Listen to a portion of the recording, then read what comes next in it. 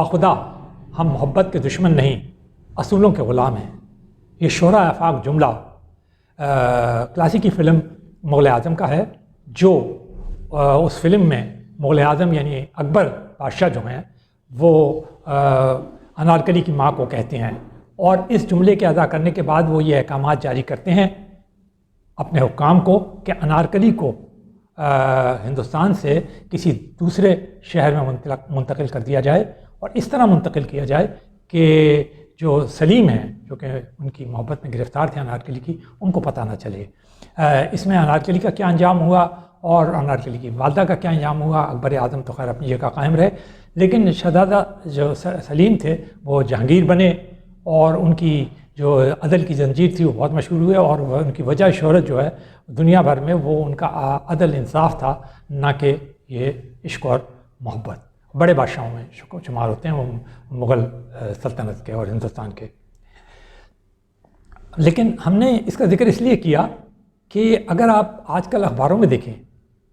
اور خاص کر BBC کی جو خبروں کی جو ویب سائٹ ہے اس کے اوپر جا کے دیکھیں، تو ایسی خبریں آپ کو بہت ملیں گی جس کے اندر نوجوان لڑکے لڑکیاں جو ہیں وہ سرحدیں پار کرتے ہیں ملکوں کی، جس میں پاکستان اور بھارت بھی شامل ہے، اور وہ ایک دوسرے کے ملکوں میں جاتے ہیں، اور یہ کس لیے کرتے ہیں؟ محبت کی خاطر، ان کے بقول ان کے. اور یہ محبت کیسے ان میں پیدا ہوتی ہے؟ یہ محبت پیدا ہوتی ہے سوشل میڈیا کی ایپس کے ذریعے، جس میں وہ دوستیاں کرتے ہیں، پھر وہ دوستیاں محبتوں میں تبدیل ہو جاتی ہیں، اور پھر یہ نوجوان لڑکے یا لڑکیاں جو ہیں وہ بڑی صعوبتیں برداشت کرتے ہیں. کوئی دبئی کے راستے، کوئی نیپال کے راستے ایک دوسرے کے ممالک میں داخل ہوتا ہے، اور پھر وہاں پہ اپنے حساب سے شادیاں بھی کر لیتے ہیں. اس میں تکلیف دہ بات یہ ہے کہ ان میں سے کچھ خواتین اپنے بچوں کے ساتھ جو ہے وہ سرحدیں پار کر کے گئیں اور پھر گرفتار ہوئیں، اور اس کے بعد انہیں واپس ملک بدر کر دیا گیا، دوسرے ملک میں بھیج دیا گیا. تو جس وقت انہیں وہ گرفتار کیا جاتا ہے اور جب انہیں ملک بدر کیا جاتا ہے، تو جو وہاں کی پولیس ہے غالباً وہ یہی مغل اعظم کا جملہ کہتی ہوگی کہ بخدا محبت کے دشمن نہیں، لیکن ہمارے جو قوانین ہیں، ہم اصولوں اپنے قوانین کے غلام ہیں، اپنے اصولوں جو ہمارے یہاں نافذ ہیں ان کے، آپ یہاں نہیں رہ سکتے، آپ دوسرے ملک کے شہری ہیں، آپ کو جانا پڑے گا. آپ نے غلط طریقے سے، غیر قانونی طریقے سے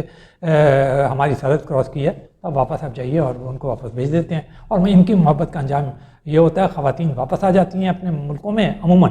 اور جو مرد حضرات ہیں وہ جیل بھگت رہے ہوتے ہیں. اس کے بعد ان کا کیا انجام ہو یقیناً، لیکن ان کا انجام جو ہے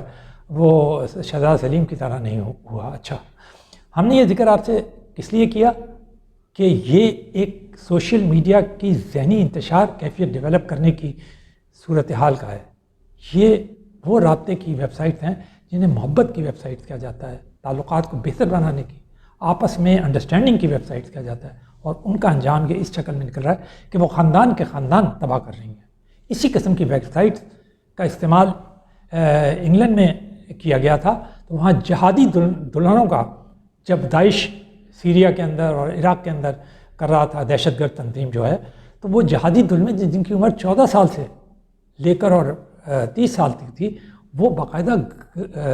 یعنی 4-4 8-8 کی شکل میں داعش کے کیمپوں میں پہنچیں، اور وہاں جا کر انہوں نے داعش کہا جاتا ہے کہ جنگجوؤں سے شادی کی اور اپنی زندگیاں برباد کر لیں. اور پھر آپ کو معلوم ہوگا کہ ایک واقعہ بڑا مشہور ہوا ہے کہ ایک بنگلہ دیشی خاتون 14 سال کی عمر میں وہاں چلی گئی اور ان کی زندگی برباد ہو گئی. پھر وہ واپس آئیں، انہوں نے کورٹ کے اندر 4-6 سال سے وہ مقدمہ لڑ رہی ہیں کہ ان کی جو ریسیڈنٹ تھی وہ برطانوی حکومت نے کینسل کر دی تھی. وہاں کے اعلیٰ ترین کورٹس نے اس کو اپہولڈ کیا، ان کی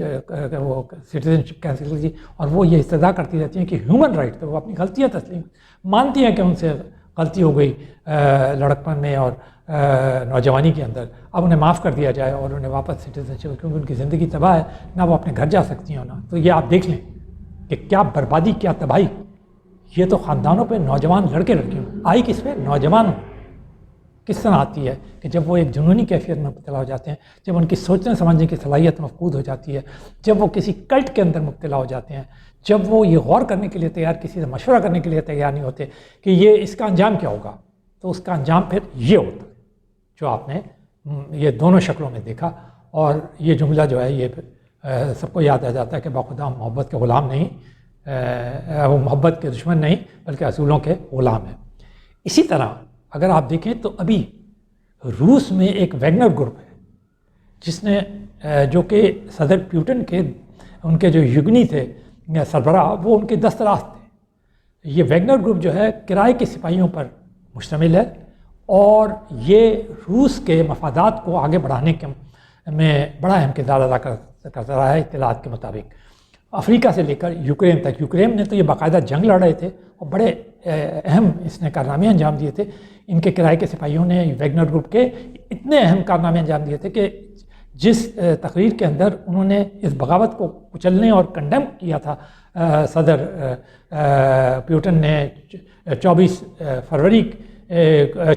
جون کو، اسی میں انہوں نے اس بات کا اعتراف کیا تھا کہ ویگنر گروپ نے بڑی اہم خدمات بھی انجام دی ہیں یوکرین کے اندر روس کے لیے۔ لیکن بہرحال پھر وہ ایک ڈیل ہوئی بیلاروس کے ساتھ، اس نے ڈیل کرائی، اور یونی جو تھے یعنی سربراہ جو ہیں ویگنر گروپ کے وہ چلے گئے بیلاروس، یعنی جسے کہتے ہیں نا جلا وطن ہو گئے، اور ویگنر گروپ جو ہے اس کے ٹکڑے ٹکڑے ہو گئے اور اسے ختم کر دیا گیا، ڈسارم کر دیا گیا۔ تو یہ تو ایک انجام تھا۔ لیکن اس ویگنر گروپ کے بارے میں ایک اور بات بہت بڑی مشہور ہے کہ انہوں نے ایک بہت زبردست قسم کا سوشل میڈیا گروپ قائم کیا تھا، اور ٹرولنگ فارمز نام کی ایک چیز بنائی تھی، اور ان ٹرولنگ فارمز کے بارے میں کہا جاتا ہے کہ وہ اتنے خطرناک تھے کہ جو شخصیت یعنی ان کی حکومت کے خلاف ہوتی تھی اس کی وہ تہس نہس کر دیتے، اس کی وہ ویب سائٹس ہیک کر لیتے تھے، ان کی پوسٹیں ہیک کر لیتے تھے، ان کے اکاؤنٹس ہیک کر لیتے تھے، اور اس قسم کا پروپیگنڈا اتنا کرتے تھے کہ وہ جو اگلا ہوتا تھا، جو ان کا مخالف ہوتا تھا، اس کے بہت سارے لوگ اس پر خود امریکہ کے اندر صدر ڈونلڈ ٹرمپ کا جو الیکشن تھا پہلا 2016 کا، اس کے اندر یہ الزام لگایا گیا کہ اس ویگنر گروپ نے اور روس نے باقاعدہ مداخلت کی، اور یہ انہی ٹرولنگ فارم کے ذریعے کی، اسی سوشل میڈیا کے ذریعے کی، اکاؤنٹس ہیک کیے گئے، ہلیری کلنٹن کو بدنام کیا گیا، امریکی معاشرے میں تقسیم پیدا کرنے کی کوشش کی گئی، اور یہ بھی الزام ہے کہ انہوں نے یہ جو تھے ویگنر گروپ کے جو ٹرولنگ فارمز تھے، انہوں نے باقاعدہ یعنی یہ الزام ہے امریکہ کی طرف سے، کسی اور کی طرف سے نہیں، امریکی حکومت کی طرف سے، کہ انہوں نے باقاعدہ اس پہ ان کے حق میں جو ہے وہ مداخلت کی، یعنی ایک طرح سے حملہ آور ہوئے وہ امریکی معاشرے پہ، اور اس کے اوپر باقاعدہ تحقیقات ہوئی۔ روس اسے مسترد کرتا ہے، خود ڈونلڈ ٹرمپ مسترد کرتے ہیں، وہ تو کہتے ہیں کہ میں باقاعدہ الیکشن جیتا تھا۔ لیکن بہرحال یہ جو سابق CIA کے چیف تھے رابرٹ مولر، ان کو اس تحقیقاتی ایجنسی کا چیف مقرر کیا گیا، اور ان کی یہ رپورٹ تھی جو ہم نے آپ کے سامنے سنائی۔ خود پاکستان میں سوشل میڈیا کا بہت خاص طور پہ جو PTI کے سربراہ ہیں اور سابق وزیر اعظم، وہ یہ کہتے ہیں کہ یہ ٹرولنگ اس کا زمانہ ہے سوشل میڈیا کا، اور سوشل میڈیا جو ہے وہ ملک کی تقدیر بدل سکتا ہے، وہ ملک میں پارٹیاں بنا سکتا ہے، بگاڑ سکتا ہے، سیاست کو اکھاڑ سکتا ہے، پچھاڑ سکتا ہے، اداروں کو رکھ سکتا ہے، اور انہوں نے یہ کر کے دکھایا بھی، اور پورے ملک میں یہ دھوم تھی کہ جناب کمال کرتی ہے۔ ایسا PTI جیسا سوشل میڈیا ونگ تو آج تک پاکستان میں اس کا تصور نہیں کرتا، جس طرح انہوں نے سوشل میڈیا ٹیکنالوجی کو استعمال کیا، جس طرح بڑے بڑے جو ماہرین تھے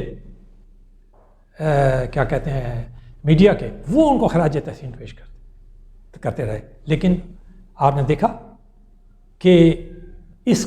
خود پھر اس کے بعد اس کے جو سوشل میڈیا کے بہت ہی بڑے ایکٹیوسٹ تھے،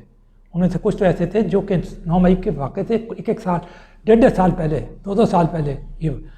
چھوڑ چکے تھے۔ انہوں نے اعتراف کیا، جن میں ایک ڈاکٹر فرحان بہت بڑی یعنی شخصیت مانے جاتے ہیں اسی ونگ کے۔ انہوں نے کہا کہ ہم بغیر سوچے سمجھے، بغیر جانے بوجھے، بغیر جانچ پڑتال کیے ہوئے، ایک جنونی کیفیت کے اندر جو کچھ اوپر سے آتا تھا وہ ہم آگے بڑھا دیتے تھے۔ جس کو ذلیل کرنا ہوتا تھا حکم آ جاتا تھا اور ہم اس کو ذلیل کرتے، جس کو رسوا کرنا ہوتا تھا اس کو ہم رسوا، جس ادارے کے خلاف کیمپین کرنا ہوتا تھا بغیر سوچے سمجھے کہ اس کے ملکی مفادات پر، ملکی استحکام پر اور ملکی معاشرے پہ کیا اثرات پڑیں گے، ہم اس کے خلاف پیچھے پڑ جاتے تھے۔ آج کل بھی اگر آپ دیکھیں کہ بہت سارے تو نہیں کہیں گے، لیکن اب کچھ جو ہیں وہ ابھی تک اسی وہ واٹس ایپ گروپ کے اندر کوئی پوسٹیں آ جاتی ہیں، وہ اس کے اوپر بحث کرتے ہیں اور سنتے کچھ نہیں. ان کو اگر آپ بتائیں بھی کہ جناب یہ کتاب پڑھ لیں، وہ اہل دانش کو دیکھ لیں، اپنے خود ان کو دیکھ لیں جو آپ کے ہاں دانشور ہیں، کچھ خود اپنا دماغ استعمال کر لیں. آپ پڑھے لکھے ہیں، آپ نے یونیورسٹی تعلیم حاصل کی ہے، آپ نے میڈیا کے اندر وہ کی ہے، تو صحافی جو اپنے آپ کو بڑا صحافی مانتے ہیں، جن کا نام پاکستان کے اندر بھی بڑے سے آزادی صحافت، آزادی رائے کے اظہار کے لیے جن کو بڑا نام لیا جاتا ہے، جن کے حق میں وہ مستقل یعنی مقدمے چل رہے ہیں اور جن کے لیے بڑی بڑی وہ ہر وقت تقریریں ہوتی رہتی ہیں،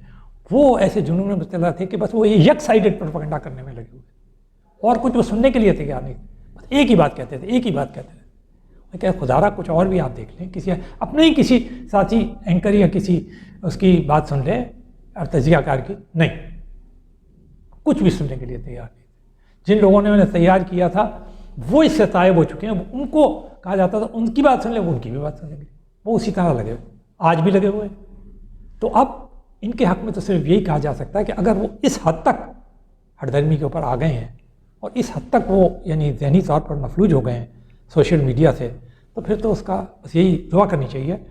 کہ اللہ تعالیٰ انہیں نیکی کی توفیق عطا فرمائے، اللہ تعالیٰ انہیں سچائی جاننے کی توفیق عطا فرمائے، کیونکہ یہ سب پڑھے لکھے ہیں تو یہ سچائی جان سکتے ہیں اگر تھوڑی سی وہ اپنے ذہن کو استعمال کریں، اور تو وہ کام ہو سکتا ہے. لیکن آپ نے یہ دیکھ لیا کہ سوشل میڈیا جو کہ ایک اس لیے بنایا گیا تھا تاکہ ملکوں میں محبت ہو، گلوبلائزیشن کا یہ ایک سبسیڈیری تھا، تاکہ ملکوں کے اندر تجارت، ٹیکنالوجی، علم، تعلقات اس کو فروغ دیا جائے. وہ محبت وہ والی نہیں جس کے ذریعے سرحدیں پار ہو رہی ہیں، بلکہ آپس کی محبت، دوستیاں ملکوں کے درمیان، نفرتوں کو ختم کیا جائے اور جو تنازعات ہیں ان کو پرامن طریقے سے سوال کیا جائے. وہ کس قسم کے ذہنی انتشار اور معاشرے کی تقسیم اور تباہی کا سبب بنتی ہے، اخلاقی گراوٹ کا سبب بنتی ہے اگر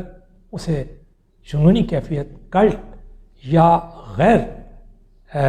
یعنی تجربہ کار ہاتھوں میں دے دیا جائے، یا ایسے ہاتھوں میں دے دیا جائے جن کی نظر میں صرف وہی وہ ہیں، وہی عقل کل ہیں، اور ان سے آگے نہ کچھ ہے نہ ان سے پیچھے کچھ ہے، بس وہی ہیں جو کہہ دیا وہ ان کا وہ فرمایا ہوا ہو گیا. تو آپ دیکھ لیں پھر اس انتشار کا کیا نتیجہ ہوتا ہے. آپ نے 9 مئی کی شکل میں بھی دیکھ لیا، آج بھی آپ دیکھ رہے ہیں کہ وہ انتشار جو ہے وہ جاری ہے. اس کو کس طرح ختم کیا جائے، یہ ایک بہت ہی اذیتناک اور بہت ہی مشکل مرحلہ بنا ہوا ہے ملک کے اندر.